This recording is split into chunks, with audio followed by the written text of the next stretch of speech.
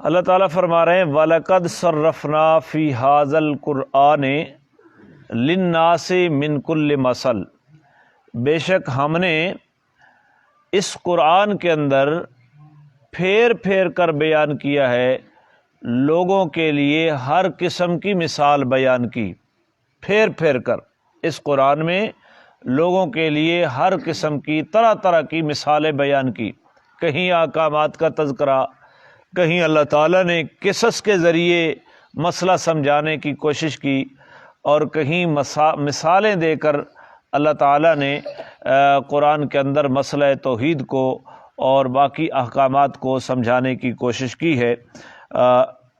کہیں مکھی کی مثال ہے، کہیں مچھر کی مثال ہے، کہیں عنکبوت یہ جو ڈاور ہے مکڑی، اس کی مثالیں اللہ تعالیٰ نے بیان کی۔ اللہ تعالیٰ فرما رہے ہیں ہم نے لوگوں کے لیے اس قرآن میں بار بار پھیر پھیر کر طرح طرح کی مثالیں بیان کی ہیں کہ شاید کہ یہ لوگ کسی طریقے سے اس مسئلے کو سمجھ جائیں۔ وَكَانَ الْإِنسَانُ أَكْثَرَ شَيْءٍ جَدَلًا، مگر انسان جو ہے یہ تمام چیزوں سے زیادہ جھگڑالو ہے۔ باقی تمام چیزوں سے انسان کیا ہے؟ جھگڑالو۔ ہم نے سمجھایا، لیکن اس کی جو کٹ حجتی ہیں، اس کے جو عقلی پروگرام ہیں، یہ انہی کے مطابق اپنے پروگرام کو چلاتا رہتا ہے، قرآن کی طرف غور نہیں کرتا۔ یہ قرآن پیغام الہی ہے۔ اللہ فرما رہے ہیں ہم نے اس میں ہر طرح سے سمجھایا ہے قرآن کے اندر، لیکن شکوہ بھی کر دیا انسان کا مزاج جھگڑالو ہے، اور کائنات کی ہر چیز سے بڑھ کر یہ جھگڑالو ہے۔ حضرت علی رضی اللہ تعالیٰ عنہ فرماتے ہیں کہ رسول اللہ صلی اللہ علیہ وسلم ہمارے گھر تشریف لائے، اور آپ علیہ الصلاۃ والسلام نے مجھے اور فاطمہ کو فرمایا کہ آپ رات کو اٹھ کر نماز کیوں نہیں پڑھتے، یعنی تہجد کی نماز کیوں نہیں پڑھتے؟ تو میں نے آگے سے کہہ دیا کہ ہماری جان اللہ کے قبضے کے اندر ہے، اللہ چاہتا ہے تو ہمیں اٹھا دیتا ہے، نہیں چاہتا تو ہم سوئے رہتے ہیں۔ آپ علیہ السلام نے کچھ بھی نہیں کہا اور واپس ہو گئے۔ تو پھر میں نے سنا کہ آپ نے اپنی ران مبارک کے اوپر ہاتھ مار کر فرمایا وَكَانَ الْإِنسَانُ أَكْثَرَ شَيْءٍ جَدَلًا، کہ انسان کائنات کی ہر چیز سے زیادہ جھگڑالو ہے۔ تم یہ کہہ دو کہ بھئی جاگ نہیں آئی، تم کہہ رہے ہو کہ ایسا ایک جواب دیا جا رہا ہے۔ تو اللہ تعالیٰ ہمیں سمجھنے کی توفیق عطا فرمائے۔ اور انسان ایسی باتوں کے اندر الجھا رہتا ہے، جب اس کو کہا جائے کہ کپڑے سنت کے مطابق پہن لے تو یہ کہتا ہے بھئی کپڑے کون سا دین ہے؟ بال جو ہے وہ سنت کے مطابق بنوا لو تو کہتے ہیں بھئی بال لمبے ہوں یا چھوٹے ہوں، یہ کون سے دین کی بات ہے؟ اور پھر کبھی اس کو نماز کی دعوت دی جائے تو وہ کہتا ہے بخشش کا مدار نمازوں کے اوپر تھوڑا ہے۔ تو یہ انسان کے جھگڑے کی مختلف صورتیں ہیں کہ انسان جو ہے اکثر شیء جدلا، ساری کائنات سے بڑھ کر یہ جھگڑالو ہے۔ اور کبھی انسان یوں کہتا انبیاء کے بارے میں کہ تم ہماری طرح بشر ہو، اور بشر نبی کس طرح بن سکتا ہے؟ اور یہ قرآن کے اندر یہ ساری چیزیں موجود ہیں۔ کبھی کفار انبیاء کے مقابلے میں کہتے کہ اس نے اپنے آپ کو نبوت کے دعوے کے ساتھ موسوم کیا ہے، یہ ہمارے اوپر اپنی بڑائی جتلانا چاہتا ہے، وگرنہ یہ بھی انسان ہے اور ہم بھی انسان ہیں، ہم نبی نہیں ہیں اور یہ کیسے نبی بن گیا ہے؟ اس قسم کی مختلف باتیں انسان، جیسے قریش مکہ کہتے مسلمانوں کو کہ جس جانور کو تم چھری پھیر کر مار دیتے ہو، ذبح کر کے مار دیتے ہو، وہ تو تم کہتے ہو حلال ہے، اور جس کو اللہ مار دیتا ہے مردار ہو گیا اس کو تم حرام کر دیتے ہو۔ تو یہ عقلی ڈھکوسلے ہیں نا۔ اب دیکھو عقلی طور پر دیکھو، ایک جانور ہے وہ مر گیا ہے تو وہ کیا ہے؟ حرام ہے۔ ایک انسان جس کو تکبیر پڑھ کے چھری پھیر کر اس کا گلا کاٹ کے اس کو ذبح کرتا ہے تو اس کو بھی تو انسان نے مار دیا ہے نا، تو وہ کیا ہے؟ حلال ہے۔ تو قریش مکہ پہ ہر زمانے میں لوگ ایسے رہے ہیں جو عقل پرست تھے، کہیں مادیت پرستی ہے، کہیں عقل پرستی ہے، ہر زمانے میں ایسے لوگ رہے ہیں، حق کے مقابلے میں آئے، اور کئی لوگ اپنی عقل کو دار و مدار بناتے تھے دینی احکامات کو سمجھنے کے لیے.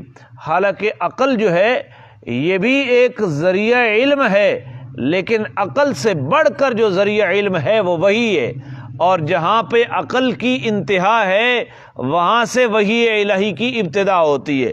میں نے آپ کو کئی مرتبہ یہ مثال دی ہے کہ بہن کے ساتھ نکاح کرنا شریعت کیا کہتی ہے؟ حلال ہے، حرام ہے. شریعت حرام قرار دیتی ہے.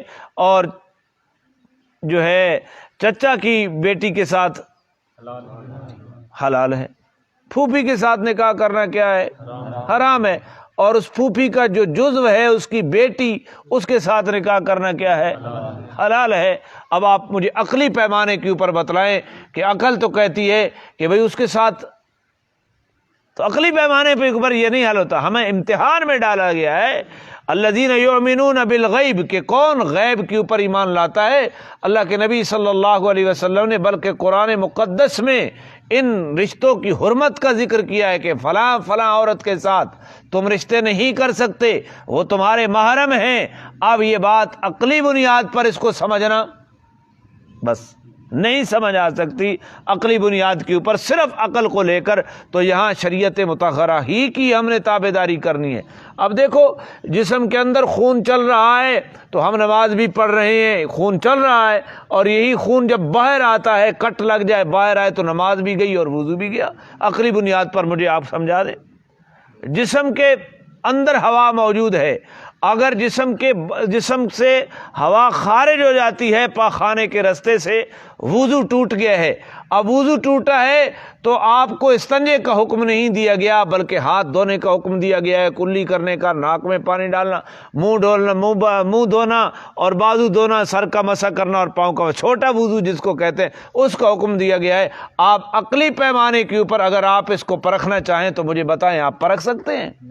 تو لہٰذا ہمارا امتحان ہے کہ ہم نے عقل کو پیچھے چھوڑنا ہے حکم کے مقابلے میں.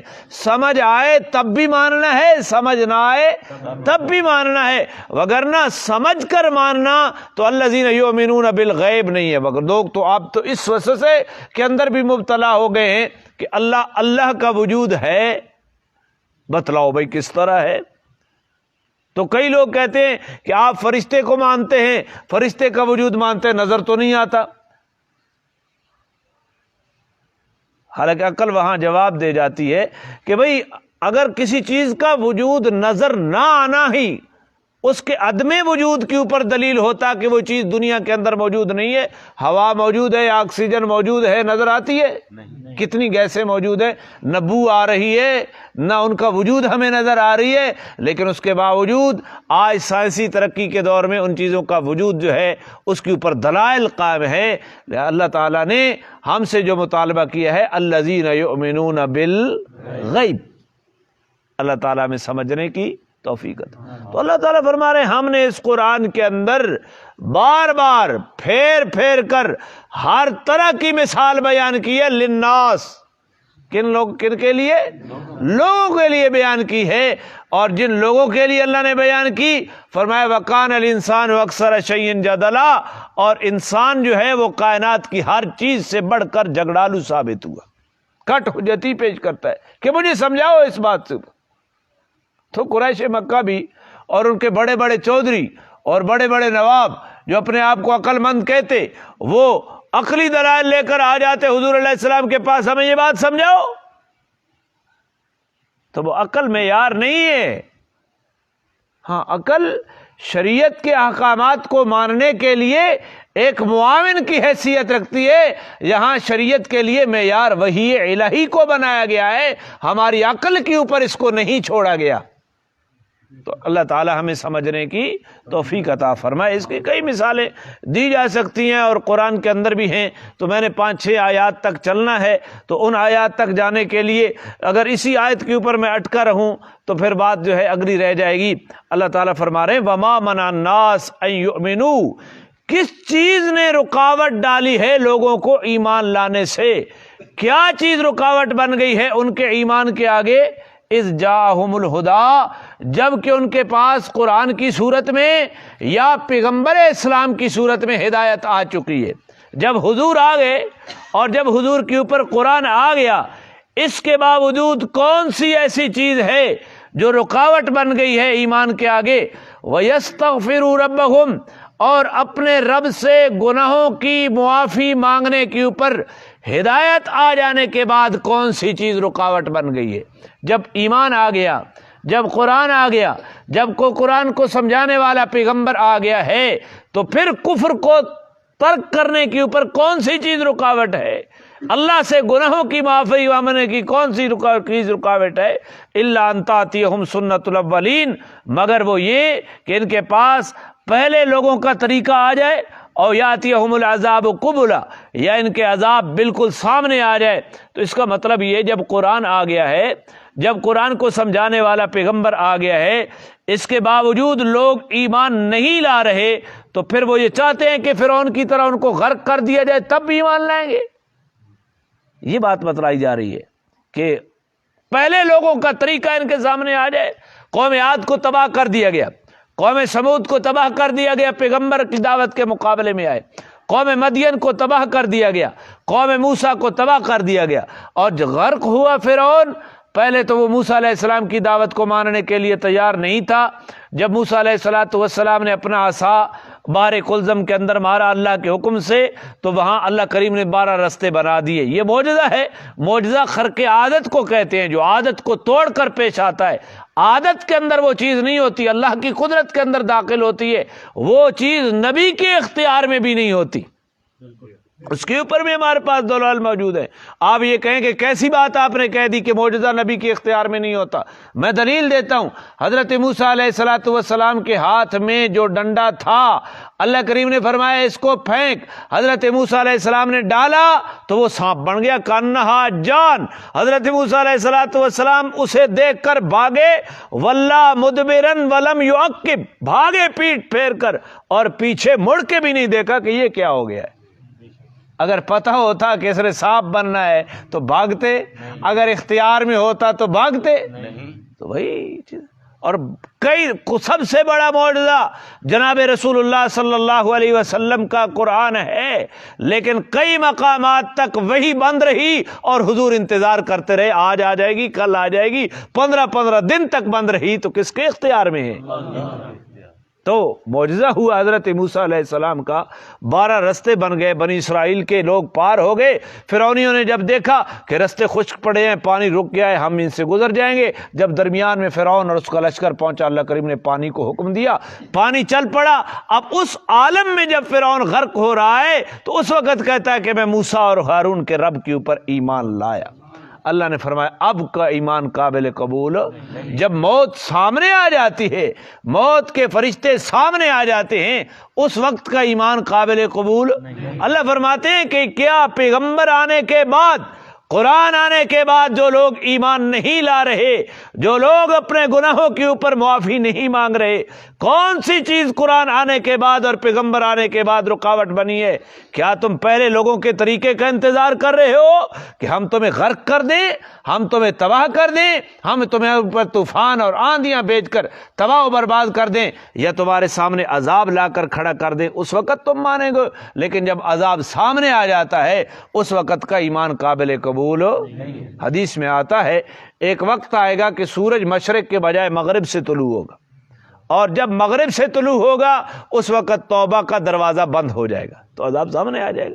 اور پھر دوسری حدیث میں آتا ہے کہ بندے کی توبہ اللہ قبول کر لیتا ہے معلوم یغرغر، جب تک کہ روح غرغرے تک نہ پہنچ جائے، روح گھنڈی تک نہ پہنچ جائے۔ جب روح جسم سے نکل کر یہاں تک پہنچاتی ہے، اس وقت اللہ نہ توبہ قبول کرتے ہیں نہ کسی کا ایمان قبول کرتے۔ تو اللہ فرماتے ہیں پہلے لوگوں کے طریقے پہ اوپر چلنا چاہتے ہو تب ایمان لائے گے؟ کیا یہ چیز رکاوٹ بنی ہوئی ہے تمہارے پاس؟ وما نرسل المرسلین الا مبشرین ومنذرین۔ پھر اللہ تعالیٰ نے ایک سوال کا یہاں جواب دیا۔ وہ رسولوں کو کہتے اگر آپ سچے رسول ہیں تو عذاب لے آؤ، تم جو ہر روز ہمیں کہتے ہو کہ ہماری بات نہیں مانو گے تو عذاب آ جائے گا، لے آؤ عذاب۔ کیا کہتے؟ پیغمبروں کو کیا کہتے؟ عذاب لے آؤ۔ وہ یہ سمجھتے تھے کہ گویا عذاب لانا پیغمبر کے اختیار میں ہوتا ہے۔ اللہ تعالیٰ نے ثواب کا جواب دیا، وما نرسل المرسلین، اور نہیں بھیجتے ہم رسولوں کو الا مبشرین، مگر خوشخبریاں سنانے کے لیے، ومنذرین، اور ڈر سنانے کے لیے۔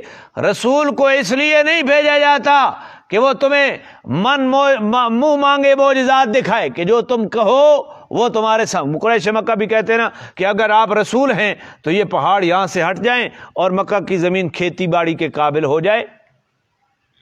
مطالبے کرتے نا، آپ ہمارے سامنے، آپ اللہ کے رسول ہیں، آسمان کے ساتھ سیڑھی لگائیں، آپ ہمارے سامنے آسمان کے اوپر چڑھ جائیں اور وہاں سے لکھی ہوئی کتاب لے کر آئیں۔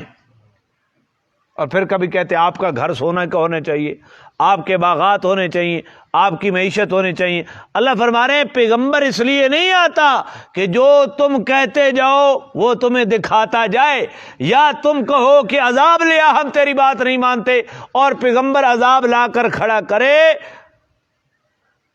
عذاب لانا کس کے اختیار میں ہے؟ پاگلو، پیغمبر اس لیے آتا ہے مبشرین، کہ جو پیغمبر کی بات کو مانتا ہے اس کو جنت کی بشارت سنانے کے لیے آتا ہے، اور جو پیغمبر کی بات، اللہ کی بات کو نہیں مانتا، پیغمبر اس کو ڈر سنانے کے لیے آتا ہے کہ آگے جہنم ہے، قبر میں بھی عذاب ہے، حشر میں بھی عذاب ہے، اور جہنم کا بھی عذاب ہے۔ پیغمبر تو اس لیے آتا ہے۔ تم نے پیغمبر سے معجزات طلب کرنے شروع کر دیے، تم نے پیغمبر کو کہنا شروع کر دیا ہم نہیں مانتے تو عذاب لے آ۔ وما نرسل المرسلین الا مبشرین ومنذرین، پیغمبر کا کام فقط بشارت سنانا ہے ماننے والوں کو، اور نہ ماننے والوں کو عذاب کا ڈر سنانا ہے۔ وَيُجَادِلُ الَّذِينَ كَفَرُوا، اور اللہ فرما رہے ہیں جو کافر لوگ ہیں وہ جھگڑا کرتے رہتے ہیں بالباطل، باطل کے ہتھیار لے کر۔ کافر ہمیشہ جھگڑا کرتے رہتے ہیں۔ کیوں جھگڑا کرتے رہتے ہیں ایمان والوں کے ساتھ؟ لِيُدْحِضُوا بِهِ الْحَقَّ، تاکہ حق سے پھسلا دے مسلمانوں کو، حق سے ڈگمگا دیں۔ اس لیے وہ باطل کے ہتھیار لے کر ہمیشہ کیا کرتے رہتے ہیں؟ جھگڑا کرتے رہتے۔ کس طرح جھگڑا کرتے رہتے؟ آج بھی کئی باطل کبھی کہتے کہ بھائی اللہ نے اگر کسی کو رسول بنا کر بھیجنا ہی ہوتا تو مکہ یا طائف کی جو بڑی بڑی بستیاں ان میں سے کسی رئیس کو، مالدار کو اللہ نبی بنا کر بھیجتا۔ کبھی کہتے کہ بھائی اللہ نے اگر ہمیں ہدایت دینی ہوتی تو ہدایت کے لیے ایک انسان کا انتخاب کرتا، اللہ فرشتے کو بھیجتا نا ہماری ہدایت کے لیے۔ تو یہ باطل طریقے سے وہ جھگڑا کیا کرتے تھے، جس طرح آج بھی باطل۔ بھائی حضور فرماتے ہیں کہ میں خاتم النبیین ہوں، میرے بعد کوئی نبی نہیں ہے۔ اور مرزا قادیانی کیا کہتا ہے؟ باطل کا جو چراغ اس نے جلایا ہے اپنے گمان میں، وہ کہتے ہیں خاتم کا معنی مہر ہوتا ہے، خاتم کا معنی آخری نہیں ہوتا، خاتم کا معنی کیا ہوتا ہے؟ مہر ہوتا ہے۔ آپ کی مہر جس کے اوپر لگ جاتی ہے وہ بھی نبی بن جاتا ہے۔ تو یہ باطل کے ساتھ وہ جھگڑا کرتا ہے تاکہ ڈگمگا دے۔ اور آج ایک فکر ہمارے یہاں چل رہی ہے، بھائی روزہ روزہ روزہ روزہ نہیں ہے۔ کیوں بھائی؟ یا ایھا الذین آمنوا کتب علیکم الصیام کما کتب علی الذین من قبلکم، اے ایمان والو تمہارے اوپر روزے فرض کیے گئے ہیں جس طرح تم سے پہلے لوگوں کے اوپر روزے، آگے کیا ہے؟ کما کتب علی الذین من قبلکم لعلکم تتقون، روزے اس لیے فرض کیے گئے تاکہ تم متقی بن جاؤ، تاکہ تم تو جو پہلے سے ہی متقی ہو اس کو روزے رکھنے کی ضرورت کیا ہے؟ یہ فکر آپ کے شہر میں چل رہی ہے۔ جو پہلے روزہ اس لیے حکم دیا کہ تاکہ تم کیا بن جاؤ؟ متقی بن جاؤ۔ تو جو پہلے سے متقی ہو اس کو روزہ رکھنے کی کیا ہے؟ تو چنگا متقی ہے بھائی، پیشاب ہی نہ پکا ہے سو تھنو تھا جگہ رہے۔ کیوں بھائی؟ متقی کہہ گئے نا۔ اللہ معاف فرمائے۔ یہ تو کراچی کے اندر ایک فرقہ ہے، اللہ کہتا ہے جی یا ایھا الذین آمنوا لا تقربوا الصلاۃ، اے ایمان والوں نماز کے قریب ہی نہ جاؤ۔ آگے نہیں پڑھتے وانتم سکارا، جب تم نشے کی حالت میں ہو، جب تم، اور ایک پورا طبقہ ان کی پیروکاری کر، اللہ کہہ رہا ہے کہ نماز کے قریب ہی نہ جاؤ۔ ایک اور آ گیا جی واقیموا الصلاۃ، قرآن کہتا ہے نماز قائم کرو، کہاں ہے پڑھو؟ پاگل سے پوچھو بس قائم کرنے اور پڑھنے کے درمیان میں فرق تو بتا پہلے۔ تو کوئی یوں کہتا ہے بھائی حدیث کس نے لکھی ہے؟ صحابہ نے لکھی۔ حدیث کس نے بیان کی ہے؟ صحابہ نے بیان کی ہے۔ اچھا یہ بتاؤ صحابہ معصوم تھے؟ نہیں، معصوم تو نہیں تھے، تو پھر غیر معصوم کی بات کس طرح درست ہو سکتی ہے؟ تو اللہ فرما رہے ہیں وَيُجَادِلُ الَّذِينَ كَفَرُوا، ہر زمانے میں کافر جھگڑا کرتے رہے بالباطل، باطل کا ہتھیار لے کر، لِيُدْحِضُوا بِهِ الْحَقَّ، تاکہ حق سے پھسلا دے۔ وہ حق قرآن ہے، وہ حق کیا ہے؟ قرآن ہے۔ میں نے ایک سنگی ملا وہ کہیں دنا کے دس، میں کہ تمہیں اتنے کیوں مانا؟ اس کا میں نے سلطان باہو دی زیارت کرائی۔ میں کہ بھائی چلو میں نے بھی دس کس طرح سلطان باہو کی زیارت ہوئی آپ کو؟ اگر بھرکا پایا نا تو لکھا ہے سلطان باہو، بھرکے کی زیارت ہو گئی جی۔ قوم کو لٹو بنایا جا رہا ہے، کوئی کسی طریقے سے، کوئی کسی طریقے۔ اللہ کا نام منو۔ اللہ تعالیٰ نے خود دعا سکھلائیے، اہدنا الصراط المستقیم صراط الذین انعمت علیہم غیر المغضوب علیہم ولا الضالین۔ بہت بڑی دعا ہے، اللہ سے مانگا کرو ربنا لا تزغ قلوبنا بعد اذ ہدیتنا وہب لنا من لدنک رحمہ انک انت نہیں تو کائنات میں منکر خدا موجود نہیں ہے، اللہ کے وجود کے منکر ہیں۔ کائنات میں رسولوں کے منکر موجود ہیں، کائنات میں اللہ کی کتابوں کے منکر موجود ہیں، کائنات میں تقدیر کے منکر موجود ہیں، کائنات میں آخرت کے منکر۔ وہ کہتے ہیں بھائی ہزاروں سال سے لوگ آئے، پیدا ہوتے گئے، مرتے گئے، آج تک تو کوئی مر کے ہم نے اٹھا دیکھا نہیں ہے، کیسے مان لیں کہ پھر اٹھنا ہے؟ کس طرح کی انکار آخرت؟ کوئی انکار حدیث کر رہا ہے، کوئی انکار قرآن کر رہا ہے، کوئی انکار معجزات کر رہا ہے۔ جن ایک مخلوق ہے، کوئی اس کا انکار کر رہا ہے، فرشتہ ایک مخلوق ہے، کوئی اس کا انکار کر رہا ہے۔ باطل تو مختلف طریقوں سے ہے۔ اللہ تعالیٰ ہمیں باطل کے جال سے محفوظ فرمائے۔ اللہ نے ایک کتاب دی ہے، باطل کا ہتھیار لے کر کافر ہمیشہ حق والوں کے ساتھ جھگڑا کرتا ہے تاکہ حق سے ڈگمگا دے، حق سے پھسلا دے۔ واتخذوا آیاتی، اور ایسے لوگوں نے میری آیات کو بنا لیا ہے، وما انذروا، اور ان چیزوں کو بنا لیا ہے جس سے ان کو ڈرایا گیا، ہزوا، مزاح بنا لیا۔ جن چیزوں سے اس کو ڈرایا گیا اس سے کیا بنایا؟ اس کو میری آیات کو بھی مزاح بنا لیا، اور جن چیزوں سے ڈرایا گیا ان کو بھی کیا بنا لیا؟ بھائی ڈراؤ، نماز نہیں پڑھو گے تو جہنم میں چلے جاؤ گے۔ اللہ کے بندے، اللہ نے نماز فرض کی، چونی مکی اونی مولوی ڈرائن پچھلے درسی میں۔ اللہ کے عذاب کو حقیر سمجھنا یا حلقہ سمجھنا یہ کفر ہے۔ اللہ تعالیٰ میں معاف فرمائے۔ اچھا بھائی کبھی کہتے حضور صلی اللہ علیہ وسلم کے، حضور کہتے یہ اللہ کا کلام ہے، یہ کہتے ہم بھی بنا لیں گے، ہم بھی، اور انہوں نے بنایا اور پھر اسی قوم نے رد کر دیا ہے۔ سبحان اللہ، تو بھائی قرآن کا مقابلہ بنا رہا، اپنی قوم نے رد کر دی۔ اور کبھی کہتے کہ بھئی یہ جو قرآن ہے یہ اللہ کی کتاب نہیں ہے، وہ جو اجمی لوہار ہے اس کے پاس یہ بیٹھتا ہے، اس کی دکان کے اوپر وہ اس کو سکھا دیتا ہے، وہ اس کو سکھا دیتا ہے۔ تو اللہ تعالیٰ فرما رہے، اللہ تعالیٰ نے اس کا جواب دیا بھئی اس کی زبان اجمی ہے، ہم نے عربیوں کو چیلنج کر دیا ہے، اگر یہ انسان کی بنائی ہوئی کتاب ہے ایک آیت بنا کر لے آؤ۔ ایک مہینے تک انا آتیناک الکوثر کا چیلنج لگا رہا کعبۃ اللہ کی دیوار کے ساتھ، لیکن کوئی عربی جرت نہیں کر سکا قرآن کی ایک آیت بنانے کے لیے، اور عقل ایسی مسخ ہو گئی، کہتے ہیں کہ جس اجمی لوہار کے پاس یہ بیٹھتا ہے نا وہی اس کو قرآن بنا کر سکھاتا ہے، کہ جس کی وہ زبان ہی نہیں ہے۔ حضرت نوح علیہ السلام کشتی بنا رہے ہیں کہ بھئی میری بات مان لو، اگر نہیں مانو گے تو میں بیڑا تیار کر رہا ہوں، اللہ کے حکم سے غرق ہو جاؤ گے۔ جڑا نعرہ لگا سکھا پانی دا نا نشان نہیں، یہ کشتی چلا سی کتھے؟ تو جب آیا عذاب تو پھر تباہ و برباد ہو گیا۔ موسیٰ علیہ السلام کے واقعات قرآن میں موجود ہیں، حضرت لوط کے واقعات قرآن میں موجود ہیں، حضرت ابراہیم کے واقعات قرآن میں موجود ہیں۔ قوم نے جھٹلایا، اب جس کی دوڑ مسجد کی طرف، ملا کی دوڑ مسجد تک، تو مزاح نہیں ہے، مزاح ہے۔ تو کئی جڑیاں تاخنیاں جب پڑھ سے نہیں تو بانگا دے سے. یعنی یہ کام ایسے ہمارے ذہن میں آگے کہ معاذ اللہ کہ یہ ان کو حقیر سمجھ لیا ہے. اور پھر جو آدمی داڑھی ٹوپی دقیانوسو بن گیا جی، پتھر کے زمانے کا بن گیا ہے.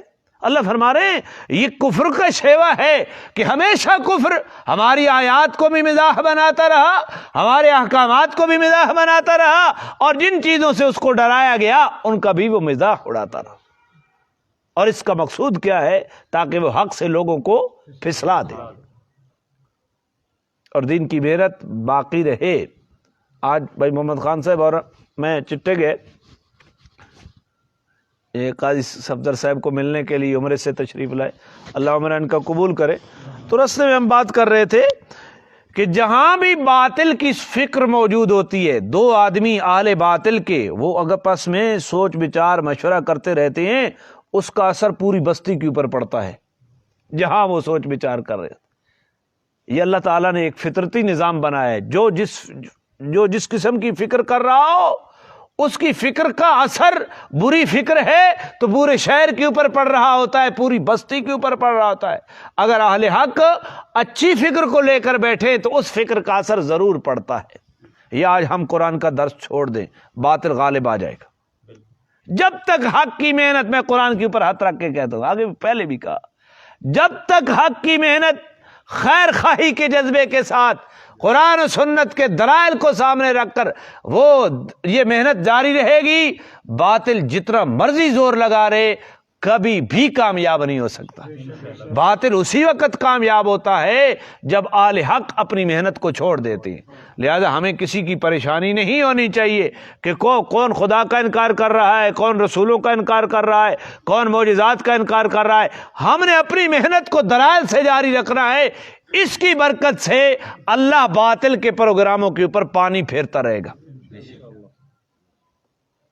میں چیلنج کر کے کہتا ہوں، آپ تاریخ اٹھا کے لے لیں، تاریخ انسانی اٹھا کے لے لیں، ہر زمانے میں ایسے فتنے کھڑے ہوئے جنہوں نے قرآن و سنت کے مسلم عقائد کو اور احکامات کو رد کیا، اور لاکھوں کی تعداد میں لوگ ان کے پیچھے لگ گئے، اور اہل حق کو قتل و قید و بند کی صعوبتیں تک، قتل تک کی صعوبتیں برداشت کرنی پڑیں. لگتا یہ تھا کہ اب باطل چھا گیا ہے، لیکن ان چند اللہ والوں کی محنت سے آج ان فرقوں کا نام و نشان دنیا کے اندر نہیں ہے. شاید آپ نے مرجئہ، فرقہ مرجئہ کا لفظ سنا ہے آپ نے؟ معتزلہ، قدریہ، یہ اپنے زمانے میں اتنے بڑے فتنے تھے کہ لاکھوں کی تعداد میں لوگ قدریہ فرقہ کے ساتھ وابستہ تھے، معتزلہ فرقہ کے ساتھ موجود تھے، مرجئہ کے ساتھ موجود تھے. اہل حق کو دبا کے رکھ دیا گیا، لیکن اہل حق نے اپنی محنت، دبی محنت کو نہیں چھوڑا. آج معتزلہ کا وجود پوری کائنات میں کہیں نہیں ملتا. آج مرجئہ کا نام بھی آپ کو نہیں ملتا، قدریہ کا نام بھی آپ کو نہیں ملتا. زمانہ ماضی قریب میں ایک بہت بڑا ریاضی دان، لوگ اس کو علامہ مشرقی کہتے ہیں، عنایت اللہ مشرقی، ریاضی دان تھا، اور اس نے بڑی کتابیں لکھی، مولوی کا غلط مذہب وغیرہ اس طرح کی کتابیں، اور کئی لوگ پڑھے لکھے اس کے پیروکار تھے. آج نہ مشرقی کا وجود ہے نہ مشرقی کے پیروکاروں کا وجود ہے. مجھ سے جو بڑے لوگ ہیں وہ مشرقی کی فکر کو جانتے ہیں. چاچا جی سے پوچھو، یہ لوگ جانتے ہیں. ان کے زمانے میں اس کا طوطی بولتا تھا، اور لوگ پڑھے لکھے اس کے پروگرام سے. اس نے دعویٰ کیا تھا کہ برِ صغیر کی تمام مساجد کا قبلے کی جو سمت ہے یہ کعبہ سے ہٹی ہوئی ہے. حضرت مفتی رشید احمد صاحب لدھیانوی رحمۃ اللہ علیہ نے اس کو چیلنج کیا تھا کہ تو بہت بڑا ریاضی دان ہے اور میں پرائمری پاس ہوں، تو میرے سامنے آ کر بیٹھ کر اس بات کو ثابت تو کر کے دکھا. لیکن مر گیا اور مفتی صاحب کا سامنا اس نے نہیں کیا. آج مرزا جہلمی کو دیکھ لیں، بند کمرے میں بیٹھا ہے اور فیس بک کے اوپر وہ جتنی غلاظتیں ہیں وہ پھینک رہا ہے. اس نے نبیوں کو نہیں بخشا، اس کی طعن و تشنیع کا نشانہ نبی بنے، صحابہ بنے. اسلاف بنے، اس نے ائمہ محدثین اور تمام لوگوں کو اس نے کسی کو بھی نہیں بخشا، لیکن آج تک وہ کسی عالم کے سامنے بیٹھ کر گفتگو کرنے کی جرت نہیں رکھتا۔ مرزا قادیانی کا فتنہ، اس نے نبوت کا دعویٰ کیا، لاکھوں لوگ اس کو نبی مان لے، تو حق کی محنت ہم نے جاری رکھنی ہے یا نہیں رکھنی؟ اور حق کی محنت کے لیے دعوت کا کام ریڑھ کی ہڈی ہے، دعوت کا کام۔ ہم نے اس سے پریشان نہیں ہونا کہ لوگ کم ہیں یا زیادہ ہے، ہم سے یہ پوچھا جانا ہے کہ تم نے اپنی محنت کی ہے یا نہیں کی۔ باطل اپنی محنت جاری، نوح علیہ السلام 950 سال تک تبلیغ کرتے ہیں، 80 آدمی مسلمان ہوئے یا 82 آدمی مسلمان ہوئے، تو کیا نوح علیہ السلام معاذ اللہ ناکام ہو گئے تھے؟ پھر بھی پیغمبر کیا ہوا؟ کامیاب ہے۔ اور روایات میں یہ بھی خبر ملتی ہے ایسے نبی بھی دنیا میں آئے، ساری زندگی محنت کرتے کرتے چلے گئے، ایک بندہ بھی ان کی دعوت کے اوپر مسلمان نہ ہو سکا، اس کے باوجود نبی ہر حال میں کامیاب گیا تھا۔ کامیابی کیا ہے کہ ہم نے اپنے ذمے کا کیا کرنا ہے؟ کام کرنا۔ تو باطل کا یہ طریقہ رہا۔ اللہ تعالیٰ نے فرمایا ومن اظلم، اس آدمی سے بڑا ظالم کون ہوگا، ممن ذکر بآیات ربہ، جس کو اس کے رب کی آیات کے ساتھ نصیحت کی جائے، قرآن پڑھ پڑھ کر جس کو بتلایا جائے، قرآن کا مفہوم جس کے سامنے رکھا جائے، ونسی فاعرض عنہا، اور وہ اس قرآن سے منہ موڑ لے، اس سے بڑا ظالم کون ہے؟ اس سے بڑا ظالم جو قرآن سے منہ موڑ لے، وَنَسِيَ مَا قَدَّمَتْ يَدَاهُ، اور جو کچھ اس نے اپنے ہاتھوں آگے بھیجا ہے اس کو وہ بھول جائے۔ تو یہ تو جب نامہ اعمال کی کتاب کھولے گی نا، وہ سب کچھ کیا آ جائے گا، زندگی کا کچا چٹھا سب کچھ سامنے آ جائے گا۔ پچھلے درس میں وہ گزرا، اللہ نے فرمایا اس آدمی سے بڑا ظالم کون ہے جس کو قرآنی آیات کے ذریعے نصیحت کی جائے اور وہ قرآن سے منہ موڑ لے، اور پھر جو اس نے اپنے ہاتھوں جو اعمال کیے ہیں ان کو وہ بھول جائے۔ تو پھر اللہ تعالیٰ نے فرمایا کہ جب آدمی ایسی پوزیشن کے اوپر آ جاتا ہے، حق بات کو سننے کے لیے تیار نہیں ہوتا، الٹا اہل حق کی مخالفت کے اوپر آ جاتا ہے، تو پھر ایک سٹیج ایسی آ جاتی ہے، اللہ ایسی سٹیج سے محفوظ فرمائے، انا جعلنا علی قلوبہم اکنۃ ان یفقہوا، تو ہم ان کے دلوں کے اوپر ایسا پردہ ڈال دیتے ہیں کہ یہ سمجھ نہ سکے، دلوں کے اوپر مور لگا دیتے، دلوں کے اوپر کیا لگا دیتے؟ پھر وہ حق بات ان کو سمجھ نہیں آتی۔ وفی آذانہم وقرا، اور ان کے کانوں کے اندر ڈانٹ ڈال دیتے ہیں تاکہ وہ حق بات سن۔ اللہ ایسی کیفیت سے محفوظ فرمائے۔ جب آدمی ضدی اور ہٹ دھرم ہو جاتا ہے قرآن و سنت کے مقابلے میں، تو پھر اللہ تعالیٰ دل و دماغ کے اوپر مہرے لگا دیتا ہے، حق بات سننے کی توفیق ہی نہیں دیتا، اور حق بات سمجھنے کی جو توفیق ہوتی ہے اللہ اس کو کیا کر لیتا ہے؟ سلب کر لیتا۔ اللہ محفوظ فرمائے۔ آج بھی ایسے لوگ موجود ہیں جو دین کی مخالفت کے اوپر کمر بستہ ہوتے ہیں، اور پھر زندگی میں ایسا وقت بھی آ جاتا ہے اللہ ہر قسم کی توفیق سلب کر لیتا ہے۔ ایسے آدمی کے لیے پھر نہ دعا اثر کرتی ہے نہ دوا اثر کرتی ہے، پھر اللہ تعالیٰ ان کو آپس میں ٹکرا کر نیست و نابود کر دیا کرتا ہے۔ اللہ معاف فرمائے۔ یا اللہ کبھی بھی ایسی کیفیت کے اندر مبتلا نہ کرنا۔ یا اللہ کریم ہمارا دل تیرے کنٹرول میں، اللہم مقلب القلوب ثبت قلوبنا علی دینک، اللہم مصرف القلوب صرف قلوبنا علی طاعتک۔ اور جو آدمی اللہ سے مانگتا ہے اللہ اس کا دین کے بارے میں شرح صدر کر دیتا ہے۔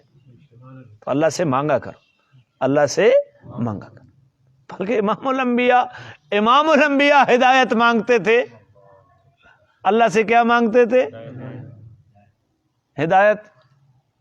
ہدایت مانگنے کا یہ مطلب نہیں ہے کہ بندہ پہلے گمراہ ہوتا ہے، بلکہ ہدایت مانگنے کا یہ مطلب ہوتا ہے اللہ استقامت عطا فرما، اللہ رفع درجات فرما۔ تو جب نبی علیہ السلام مانگتے تھے تو میں اور آپ کون ہیں؟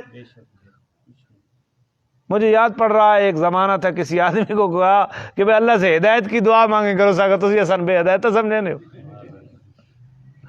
تو اللہ سے ہدایت تو ہر حال میں مانگنی چاہیے۔ تو اللہ ایسی کیفیت سے محفوظ بنا۔ اور پھر فرمایا جب یہ پوزیشن ہو جاتی ہے جب ہم دل کے اوپر مہر لگا دیتے ہیں، جب ہم کانوں کے اوپر ڈانٹ ڈال دیتے ہیں، وَإِن تَدْعُوهُمْ إِلَى الْهُدَىٰ، اے قرآن کے مخاطب، اگر پھر تو ان کو اس وقت ہدایت کی طرف بلائے، فَلَن يَهْتَدُوا إِذًا أَبَدًا، پھر کبھی بھی وہ ہدایت یافتہ نہیں ہو سکتے۔ جب ہم یاد نہیں رب جلے بارے بند کر دے ہوئے تو پھر کوئی گل کارگر تو پھر ان کو بلاتے رہو، جس شفقت سے بلاتے رہو، جیسے دلائل دکھا کر بلاتے رہو، معجزات اور کرامات دکھا کر بلاتے رہو، پھر ان کو ہدایت نہیں آتی۔ وَرَبُّكَ الْغَفُورُ ذُو الرَّحْمَةِ، اور تیرا رب جو ہے وہ بڑا بخشنے والا ہے، بڑا، بس تھوڑا سا اللہ کی طرف رجوع تو کرو، اپنی زندگی کی